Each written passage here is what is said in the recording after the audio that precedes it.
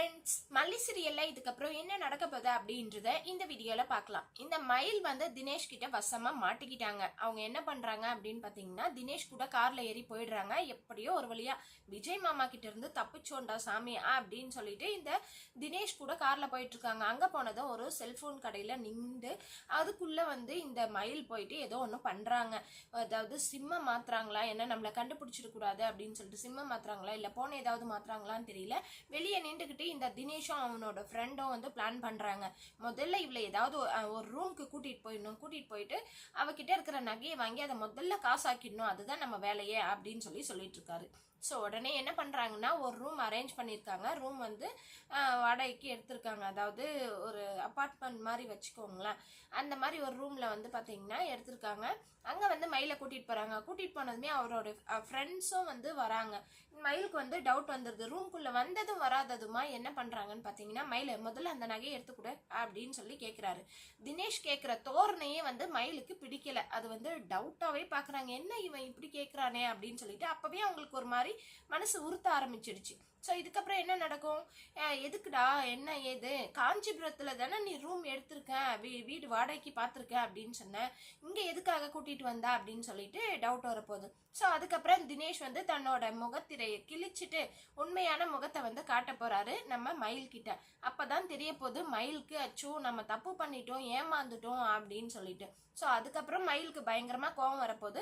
தினேஷை போட்டு அடிக்க போறாங்க. ஆனா அடிச்சாலுமே தினேஷ் இதுக்கப்புறம் அமைதியா இருக்க போறது இல்லை. கீழே தள்ளி விட்டோ இல்லை கை காலெல்லாம் கட்டி விட்டோ அந்த நகையை எடுத்து பணமாக்கி அதுக்கப்புறம் மயிலை வந்து ஏதாவது ஒரு கண்காணாத இடத்துல போயிட்டு வித்துட்டு வர போறாரு தினேஷ். இதுதான் பிளான். ஸோ இப்போ வந்து மயில் வசமா தினேஷ் கிட்ட மாட்டியாச்சு. இப்போ வந்து உண்மையும் வெளியே வரப்போகுது. ஏன்னா இப்போ வந்தாச்சு, கைக்கு பணம் நகை எல்லாம் வந்தாச்சு. அதனால தினேஷோட சுயரூபத்தை காட்ட போறாரு. மயிலுக்கும் உண்மை என்ன அப்படின்றது தெரிய வரப்போகுது.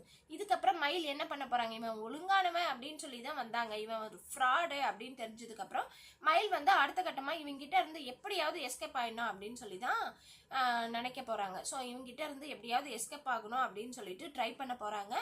இன்னொரு பக்கம் அங்க வீட்டில் என்ன நடக்குதுன்னு பார்த்தீங்கன்னா, நம்ம நாகு அந்த செயினை வந்து எடுத்து பார்க்குறாங்க. எடுத்து பார்த்தா அது டூப்ளிகேட் அப்படின்றது தெரிய வருது. உடனே அழுதுகிட்டே வந்து மல்லிக்கிட்டே நம்ம மோசம் போயிட்டோம் மல்லி அப்படின்னு சொல்றாங்க. என்னாச்சு அப்படின்னு கேட்கவே விஜயும் மேல இருந்து கீழே இறங்கி வராங்க.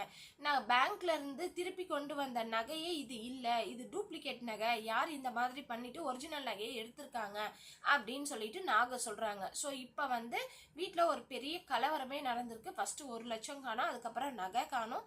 அதனால வந்து பாத்தீங்கன்னா டவுட் வந்து ஆல்ரெடி ராஜி மேலதான் இருக்கு, விஜய்க்கும் சரி மல்லிக்கும் சரி. அப்படி இருக்கும்போது எதுக்காக இப்படி பண்ணன்னு சொல்லிட்டு ராஜியை பிடிச்சி கத்த போறாங்க. ஆனா ராஜி ஸ்ட்ராங்கா சொல்ல போறாங்க, இதை நான் செய்யவே இல்லை அப்படின்னு சொல்லிட்டு. ஒருவேளை ராஜியை கூட லீக் அவுட் பண்ணலாம், மயிலு தான் இந்த மாதிரி எல்லாம் பண்ணியிருக்கா அப்படின்னு சொல்லிட்டு. அதுக்கப்புறம் ஒருவேளை ராஜி நல்ல காரியமா கூட செஞ்சிருக்கலாம், இவங்களை உசுப்பேத்தணும் இவங்களை வெறியேற்றணும் அப்படின்றதுக்காக.